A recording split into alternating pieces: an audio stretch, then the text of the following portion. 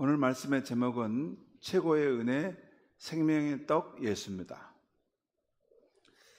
크리스찬이었던 장혜인 교수가 쓴 수필집 살아온 기적, 살아갈 기적이라는 책이 있습니다.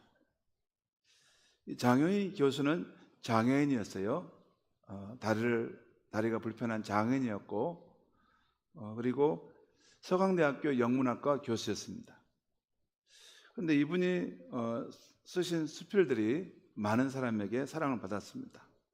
그 이유는 진실한 삶의 이야기를 소재로 우리 인생을 아름답게 보게 하는 그런 수필들을 많이 썼기 때문입니다.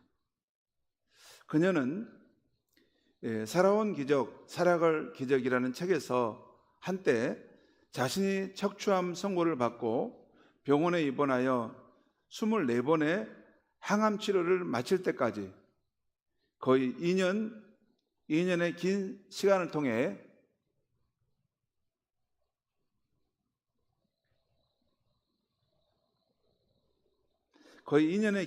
통해 투병 생활을 했던 것을 이야기했습니다. 통증 때문에 돌아 눕지도 못하고 꼼짝없이 침대에 누워 있어야 했던 일, 항암 치료를 받기 위해 백혈구 수치 때문에 애타했던 일, 온몸에 링거줄을 떼고 샤워 한번 해보는 것이 소원이었던 일, 방사선 치료 때문에 식도가 타서 물 한 모금 넘기는 것조차 고통스러워하며 밥그릇만 봐도 헛구역질 하던 일들을 이야기했습니다. 모두 흰색 벽으로 둘러싸인 병실에서 세상과 단절되어 있으면서 참 많이 바깥 세상을 그리워했던 것입니다.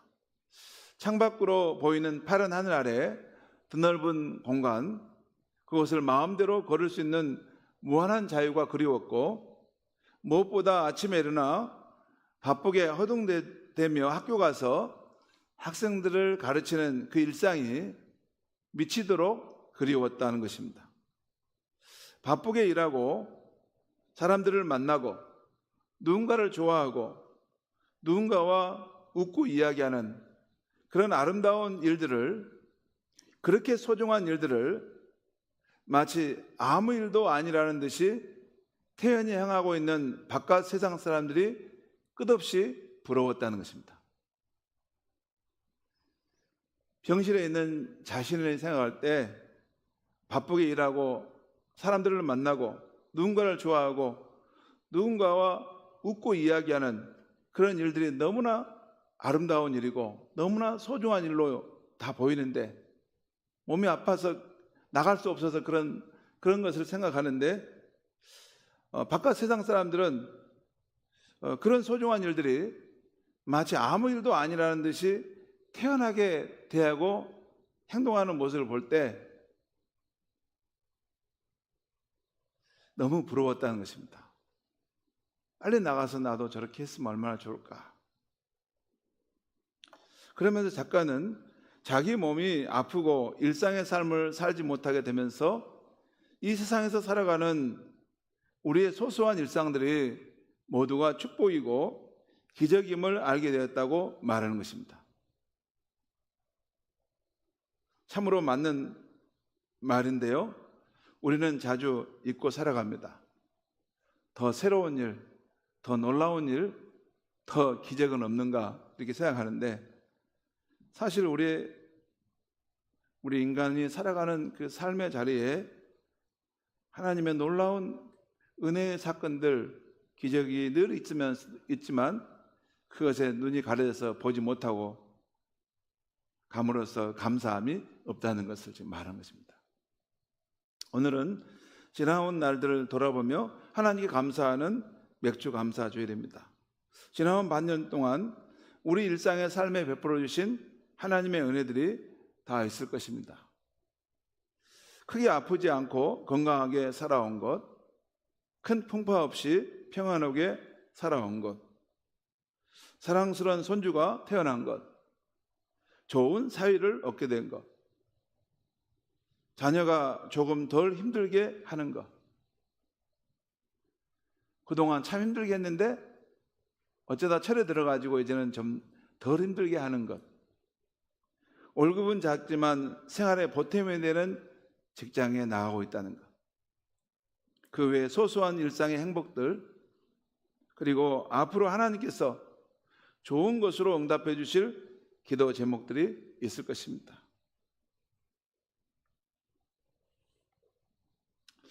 오늘은 맥주 감사절을 맞아서 하나님 베풀어 주신 최고의 은혜, 생명의 양식이신 예수님에 대해서 생각해 보고자 합니다.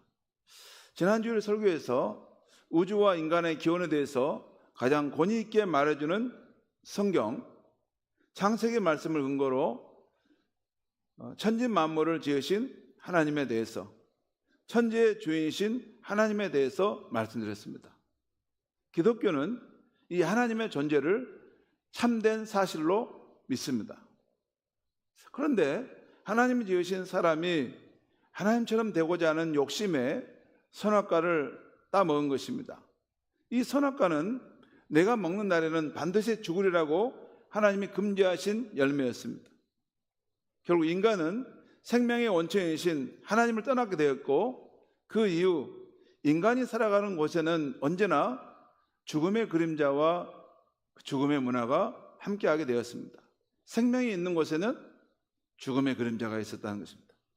그리고 인간은 흙으로 돌아가는 신자가 되었고, 죽음을 늘 두려워하면서 사는 존재가 된 것입니다.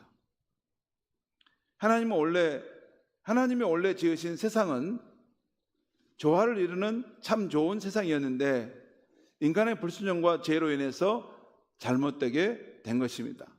이 세상이 뒤틀리게 된 것입니다.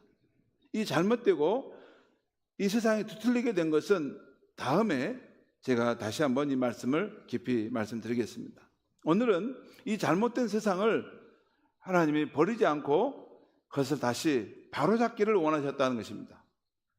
그 세상을 회복하기를 원하셨다는 것입니다. 그래서 하나님의 아들 예수님을 세상의 구원자로 2000년 전에 유대 땅에 마리아의 몸을 통해서 태어나게 하셨다는 것입니다. 오늘 하나님께서 그 아들 예수님을 세상에 보내신 이유를 말씀드리려고 합니다. 크게 두 가지를 말씀드릴 텐데요. 첫째는 우리의 죄를 용서하시기 위해서 그 아들 예수님을 화목제물로 보내셨다는 것입니다. 예수님께서 2000년 전 골고다 십자가에서 인간의 불순종과 죄를 대신하여 속죄하심으로 우리 인간이 하나님과 화목하게 되는 길이 열리게 되었다는 거예요. 활짝 열리게 됐다. 누구든지 자기의 것으로 이것을 믿음으로 받아들이면 하나님과 화목함을 얻게 된다는 것입니다. 두 번째는 하나님이 그 아들 예수님을 세상에 보내신 것은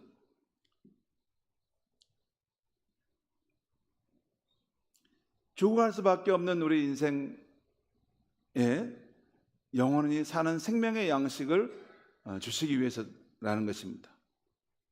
고작 70평생을 살다 죽어갈 수밖에 없는 우리에게 영원히 사는 생명을 주시기 위해서 예수님을 보내주신 것입니다.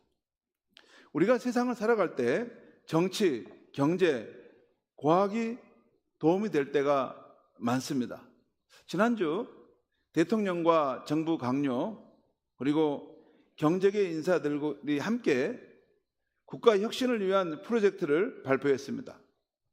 우리 대한민국의 청청도 또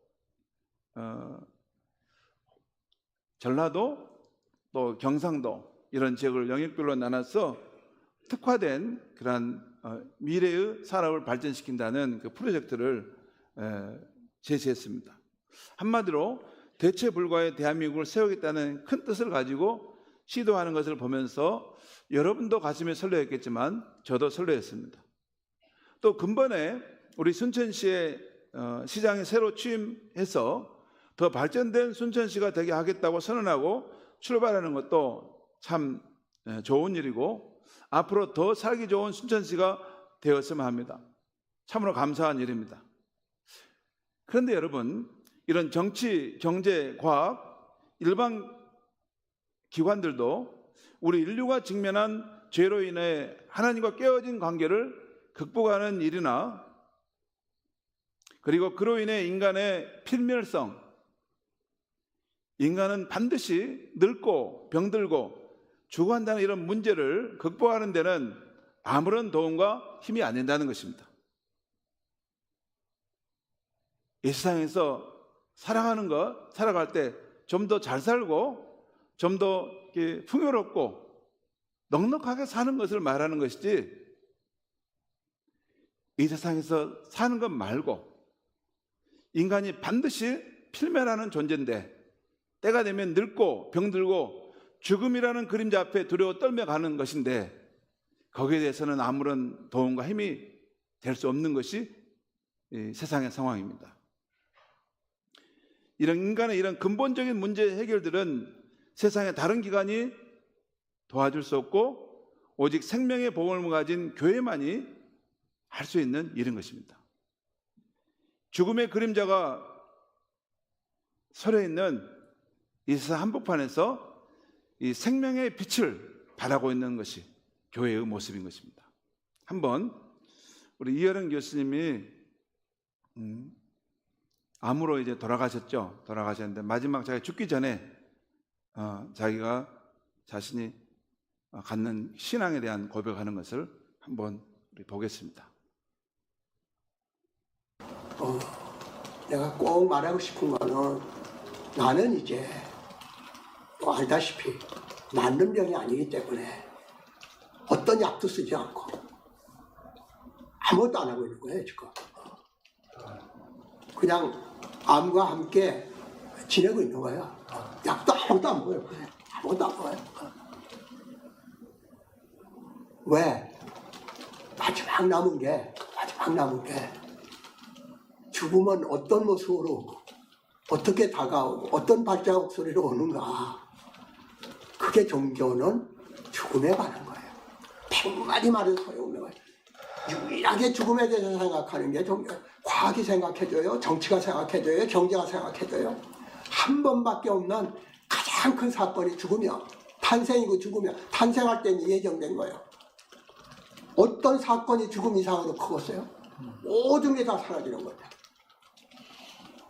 그러니까 나의 종교는 시작하는 거예요. 지금 시작하는 거예요. 그거 맞닥뜨려 보는 거예요. 거기에서 우리 딸은 훌륭히 그걸 해냈어. 정말 암이 있었으면 숨었을 거예요. 왜? 전혀 두려워하지 않고 죽기 직전까지 1시간, 2시간씩 교회에서 이거 하고. 그렇기 때문에 암이 우리 딸을 정복 못했죠. 죽음이 정복 못했죠. 죽음은 그의 신앙의 한 에피소드에 지나지 않는 것이 됐고, 오늘도 내 딸을 기억하는 사람들은 처참하게 처절하게 말라서 끝까지 고사해서 그 처절하게 죽어가는 모습이 아니라 하나님의 신부라고 그 빛나는 얼굴로 교단에 서서, 그의 마지막 얼굴이요. 암도 못 부신 거예요. 그의 사랑과 신앙을. 그렇기 때문에 내가 용감하게 닥쳐봐야 알지만 아직은 초연하게 내 글 쓰고 할 거 다 하고 마치 영원히 사는 사람처럼 살고 있는 거예요. 기독교 신앙인으로서 죽음을 이기는 생명의 능력을 가진 사람이 어떻게 사는가? 마지막에 암으로 이제 죽어가는데 아무런 치료하지 않는다는 거예요. 죽음이 오는 것을 내가 맞닥뜨리겠다는 거예요. 그런데 자기 사랑하는 딸, 그 이민아 목사가 있는데, 그분이 실명의 위기를 겪고 또 그 아들이 일찍 죽게 되고 또 본인도 암으로 죽어가는 상황인데도 그 암에게 정복당하지 않고 끝까지 죽음을 이기는 생명의 힘을 가진 그런 크리스찬으로 살다 갔다는 거죠. 그 딸이 훌륭하게 해냈는데 자기도 부족하지만 한번 해보겠다는 거예요. 마치 영원히 사는 사람처럼 죽음과 관련 없이 글을 쓰겠다는 거예요. 죽음을 맞닥뜨리겠다. 저 신앙이 어디서 나옵니까? 저게 기독교입니다.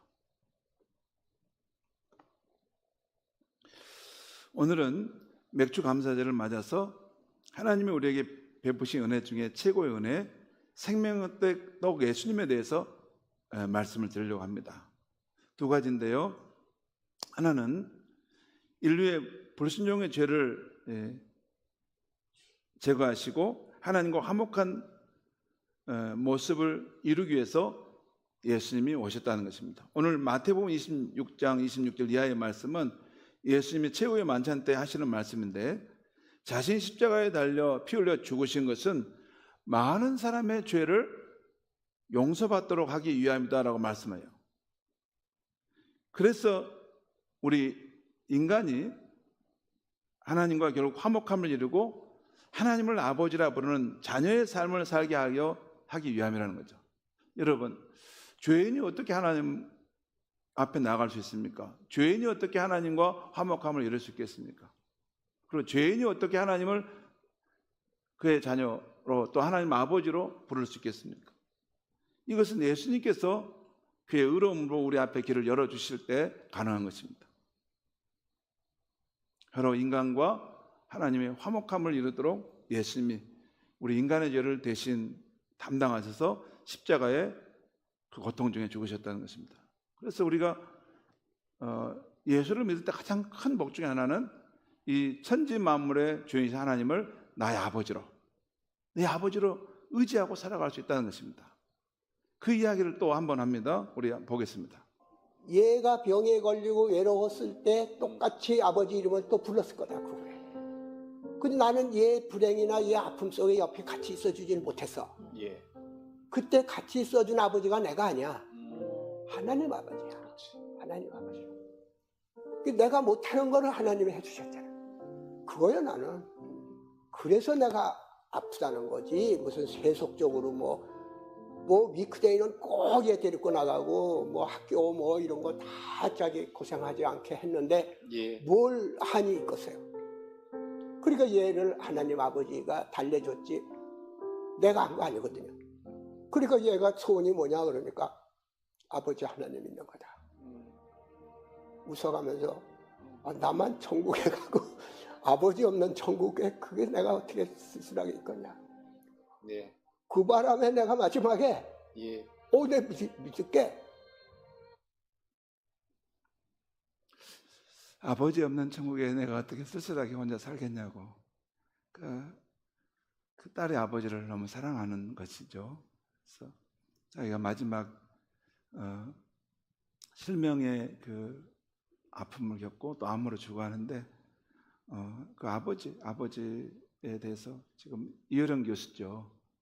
이혜령 교수 아버지에게 마지막 복음을 전했다는 그 이야기입니다. 그래서 예수를 믿게 됐다는 거예요. 이혜령 교수가 보니까 자기 딸이 나로부터 힘을 얻는 게 아니라 실명의 위기가 왔을 때 또 암으로 고통받을 때 진짜 그 딸에게 힘이 됐던 분은 하나님 아버지였다는 것이에요. 그것이 예수를 믿고 받아들일 때 천지를 지으신 하나님을 나의 아버지로 삼아가는 우리 성도의 특권이라는 것입니다. 두 번째, 하나님이 우리에게 베푸신 은혜, 최고의 은혜는 우리 인류에게 생명의 떡이신 예수님을 보내주셨다는 것입니다. 오늘 요한복음 6장 앞부분을 보면 예수님께서 베세다 광야에서 배고픈 군중들에게 오병이어의 기적을 통해 육신의 양식을 공급해 주시는 것이 나옵니다. 오늘 11절에 보면 이런 말씀이 있어요. 예수께서 떡을 가져 축사하신 후에 앉아있는 자들에게 나눠주시고 물고기도 그렇게 그들의 원대로 주시니라. 예수님은 배가 고픈 사람들에게 보리떡 5개 물고기 2마리로 그것을 많이 늘리셔서 그 배불리 먹이시는 일을 하셨어요. 육신의 양식을 채워주셨어요. 그러나 예수님께서 사람에게 주시고자 한 양식은 육신의 양식만이 아니었습니다. 더 중요한 양식은 영원히 사는 생명의 양식이었습니다. 옛날에 이스라엘 백성들은 광야에서 육신의 양식을 먹었지만 결국 죽을 수밖에 없었습니다. 그래서 예수님은 오늘 48절 51절에 이런 말씀하셨어요. 내가 곧 생명의 떡이니라. 너희 조상들은 광야에서 만나를 먹었어도 죽었거니와. 광야에서 만나를 먹었어도 죽었거니와. 이는 하늘에서 내려온 떡이니 사람으로 하여금 먹고 죽지 아니하게 하는 것이니라. 예수님이 바로 생명의 떡이라는 거죠. 하늘에 내려온 떡이라는 거죠. 사람이 먹고 죽지 아니한다는 것이죠. 그리고 51절 나는 하늘에서 내려온 살아있는 떡이니 사람이 이 떡을 먹으면 영생하리라. 내가 줄 떡은 곧 세상의 생명을 위한 내 살이니라 하시니라. 정말 사람에게 필요한 것은 아무리 많이 쌓아놓아도 결국 먹고 죽는 양식이 아닙니다. 죽게 될 운명인 사람에게 꼭 필요한 양식은 영원히 사는 생명의 양식인 것입니다. 이 생명은 원래 아담이 에덴 동산에서 누리며 살던 생명이었는데, 그리고 하나님이 주실 생명이었는데, 아담이 하나님이 되고자 하는 욕심을 부려서 선악과를 따먹게 되면서 그 에덴 동산을 떠날 수밖에 없었던 것입니다. 그 결과 인간은 생명의 하나님과 단절되고 유한한 존재로 살다 죽게 된 것입니다. 예수님이 오신 것은 바로 아담의 범죄로 인해서 죽게 된 우리 인류에게 영원히 사는 생명을 주시려고 오신 것입니다. 그것이 기독교입니다. 하늘에서 내려오신 하나님의 아들 예수님만이 죄와 허물로 죽은 인류를 십자가 속죄를 통해 하나님께 나아가게 할 수 있는 생명의 떡이 되십니다. 예수님만이 우리 인류를 하나님과 화해시킬 수 있는 생명의 떡이 되십니다. 그리고 예수님만이 우리가 다시 하나님과 교제하게 하고 하나님처럼 영원히 사는 존재가 되게 하는 생명의 떡이 되십니다. 그래서 예수님은 십자가에서 자신의 몸을 찢기시고 자신의 피를 흘리심으로 온 인류를 위한 생명의 떡이 되신 것입니다.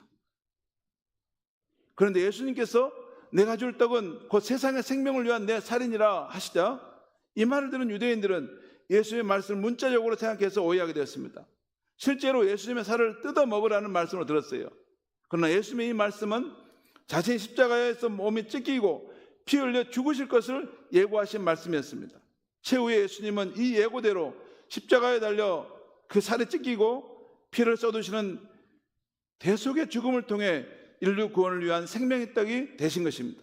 그래서 예수님은 오늘 53절 이하에서 자신이 참 생명의 양식임을 말씀하시면서 자신을 받아서 먹어야 산다는 말씀하셨어요. 그런데 사실 이 말씀들은 영적인 의미의 말씀들입니다. 곧 예수님께서 우리의 죄 용서를 위해 친히 십자가에 달려 돌아가신 것을 믿는다는 것입니다. 또 예수님께서 하나님과 원수된 우리를 화해케 하시려고 친히 자신의 살을 찢기시고 피를 쏟으셨다는 것을 믿는다는 것입니다. 그리고 예수님께서 우리에게 영원한 생명을 주시기 위해서 그 십자가에서 뜨거운 피를 흘리시고 죽으셨다는 것을 믿는 것입니다.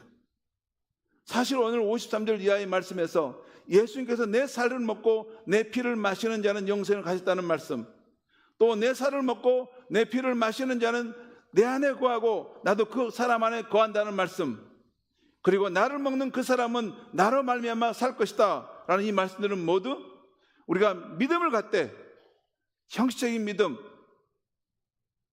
아무런 감동이 없는 믿음이 아니라 우리가 믿음을 갖되 더 강도 높은 더 뜨거운 믿음으로 우리 자신을 세우라는 말씀입니다.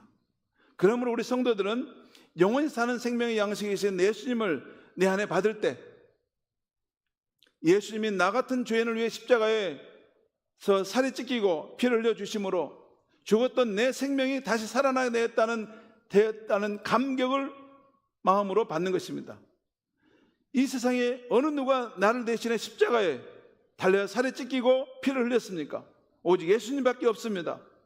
가족이나 친구나 그 누구도 죽었던 내 생명을 다시 살리기 위해서 필멸할 내게 영원한 생명을 주기 위해서 대신 죽은 사람은 없는 것입니다. 그래서 찬송가 143장을 지은 아이작 왓츠는 이렇게 주님 앞에 그 감격의 고백을 드리는 것입니다. 웬 말인가 날 위하여 주 돌아가셨나, 이 벌레 같은 날 위해 주 큰 해 받으셨나, 내 지은 죄 다 지시고 못 박히셨으니 웬일인가 웬은인가 그 사랑 크세라.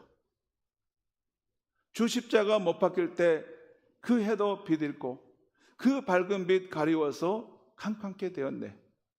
나 십자가 대할 때 그 일이 고마워 내 얼굴 감히 못 들고 눈물 흘리도다. 여러분, 이것이 아이작 왓츠만의 마음이겠습니까?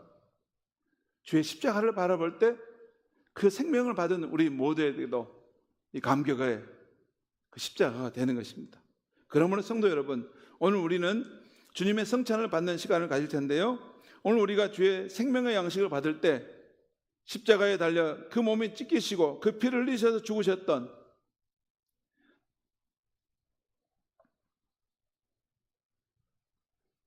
피를 흘리셔서 죽었던 내 생명을 다시 살려주신 예수님께 감격하는 마음으로 받아야 하겠습니다. 하나님과 원수된 나를 하나님과 화해케 하시고 하나님과 함께 살며 하나님처럼 영원히 사는 생명을 주신 예수님께 감사와 감격의 마음으로 받아야겠습니다. 그리고 우리가 주님의 십자가 앞에 나아가 무릎 꿇고 기도할 때 다음과 같은 하나님 아버지의 사랑의 음성을 듣게 되기를 바랍니다. 사랑하는 자여, 내 살을 먹고 내 피를 마셔서 내가 살 수만 있다면 나는 한 점의 살도 아끼지 않고 다 줄 것이다. 허물과 죄로 죽었던 내 생명이 다시 살 수만 있다면 한 방울의 피도 아끼지 않고 다 부어줄 것이다. 사랑하는 자여, 마음껏 나를 먹으라. 그래서 영원히 살라. 내 사랑하는 자야. 그것이 예수님께서 저와 여러분을 향해서 십자가에 그 피를 쏟으시고 그 몸에 그 고통 가운데 살결이 찢김 당할 때 우리를 향해 가지신 거룩한 마음인 줄 믿습니다. 기도하겠습니다. 하나님 아버지, 오늘 이 아침에 우리 예수님이 생명의 양식이 된다는 말씀을 오늘 받았습니다.